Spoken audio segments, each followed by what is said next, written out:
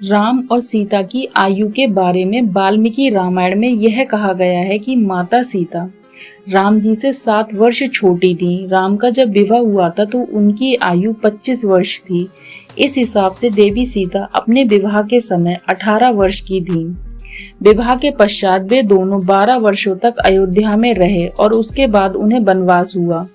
इस हिसाब से वनवास के समय श्री राम की आयु 37 वर्ष और माता सीता की आयु 30 वर्ष थी।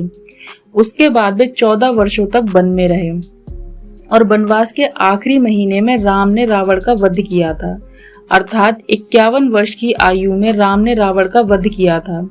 वहीं सीता की आयु रावण वध के समय लगभग 44 वर्ष थी। वहीं अगर रावण की आयु की बात करें तो रावण त्रेता युग के अंतिम चरण के आरंभ में पैदा हुआ था। त्रेता युग में कुल 3 चरण थे। त्रेता युग 3600 वर्षों का था और एक वर्ष 360 मानव वर्षों के बराबर होता है। इस गणना के हिसाब से त्रेता युग का समय 12,96,000 मानव वर्षों का था।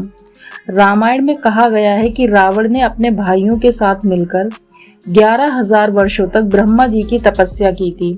उसके बाद वह कुबेर से भी लंबे काल तक संघर्ष करता रहा था। रावण के शासन काल के बारे में कहा गया है कि उसने लंका पर कुल 72 चौकड़ी तक शासन किया। एक चौकड़ी में 400 वर्ष होते हैं। इस हिसाब से रावण ने 28,800 वर्षों तक लंका पर शासन किया था। अगर हम रावण के तपस्या के वर्ष और शासन काल को मिला दें तो इस आधार पर हम ये कह सकते हैं कि रावण की आयु कम से कम अपनी मृत्यु के समय लगभग 40,000 वर्ष या इससे अधिक रही होगी।